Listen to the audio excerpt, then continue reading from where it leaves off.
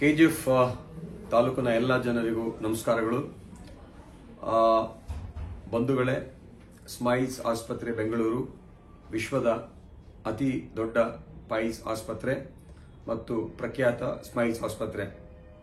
Smiles ಆಸ್ಪತ್ರೆಯ ವತಿಯಿಂದ ನಾವು ಸುಮಾರು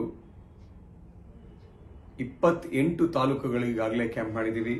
ಮಂಡ್ಯ ಜಿಲ್ಲೆ, ಮೈಸೂರು ಜಿಲ್ಲೆ, ಚಾಮರಾಜನಗರ, ಹಾಸನ ಜಿಲ್ಲೆ, ತುಮಕೂರು ಜಿಲ್ಲೆ, ಕೆಲವು ತಾಲೂಕುಗಳಲ್ಲಿ ಕ್ಯಾಂಪ್ ಮಾಡ್ತಾ ಬರ್ತಾ ಇದ್ದೀವಿ.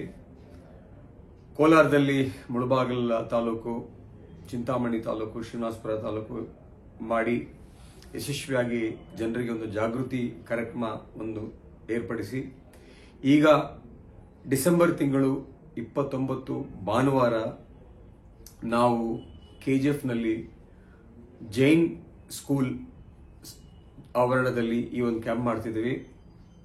ಈ ಕ್ಯಾಂಪ್ನ ಮೂಲ ಉದ್ದೇಶ ಏನಂತ ಹೇಳಿದ್ರೆ, ಜನಗಳಿಗೆ ಪೈಲ್ಸ್, ಫಿಷರ್, ಫಿಸ್ಟುಲಾ ಮತ್ತು ಜಠರದ ಇತರೆ ಕಾಯಿಲೆಗಳಿಗೆ ಒಂದು ಜಾಗೃತಿ ಮೂಡಿಸಲು ಈ ಕ್ಯಾಂಪ್ ಮಾಡ್ತಿದ್ದೀವಿ. ಏಕೆಂತ ಹೇಳಿದ್ರೆ, ಸುಮಾರು ಜನ ರಕ್ತ ಹೊಂತ ಬರುತ್ತೆ, ರಕ್ತ ಬಂದಾಗ ಅದನ್ನ ಪೈಲ್ಸ್ ಅಂತ ಕನ್ಫ್ಯೂಸ್ ಮಾಡಿಕೊಂಡು ನಕಲಿ ವೈದ್ಯರ ಹತ್ರ ಹೋಗ್ತಾರೆ. ಈ ನಕಲಿ ವೈದ್ಯರು ಕೆಜಿಎಫ್ ಅಲ್ಲೂ ಸುಮಾರು ಜನ ಇದ್ದಾರೆ. ಆ ನಕಲಿ ವೈದ್ಯರ ಹತ್ರ ಹೋದಾಗ ಅವ್ರಿಗೇನೋ ಔಷಧಿ, ಮುಲಾಮು, ಪೌಡ್ರು, ಮದ್ದು, ದಾರ ಎಲ್ಲ ಕಟ್ಟಿ ಕಳಿಸ್ತಾರೆ. ಆದರೆ ನಮ್ಮ ಹತ್ರ ಬಂದಾಗ ಚೆಕ್ ಮಾಡ್ತೀವಿ, ಅದು ಕ್ಯಾನ್ಸರ್ ಆಗಿರುತ್ತೆ. ಇದೇ ರೀತಿ ಬಹಳಷ್ಟು ಜನ ಮೋಸ ಹೋಗ್ತಾ ಇದ್ದಾರೆ. ಅದರ ಜೊತೆಯಲ್ಲಿ ಇತ್ತೀಚೆಗೆ ನಾವು ತಿನ್ನೋ ಆಹಾರಗಳಿಂದ, ನಮ್ಮ ಜೀವನ ಶೈಲಿಯಿಂದ ಪೈಲ್ಸ್, ಫಿಷರ್, ಫಿಸ್ಟುಲಾ ಜಾಸ್ತಿ ಆಗ್ತಾ ಇದೆ. ಇದರ ಜೊತೆಯಲ್ಲಿ ಅಲ್ಸರೇಟಿವ್ ಕೊಲೈಟಿಸ್ ಮತ್ತು ಕ್ರಾನ್ಸ್ ಡಿಸೀಸ್ ಅಂತ ಕಾಯಿಲೆಗಳು ಜಾಸ್ತಿ ಆಗ್ತಾ ಇದೆ.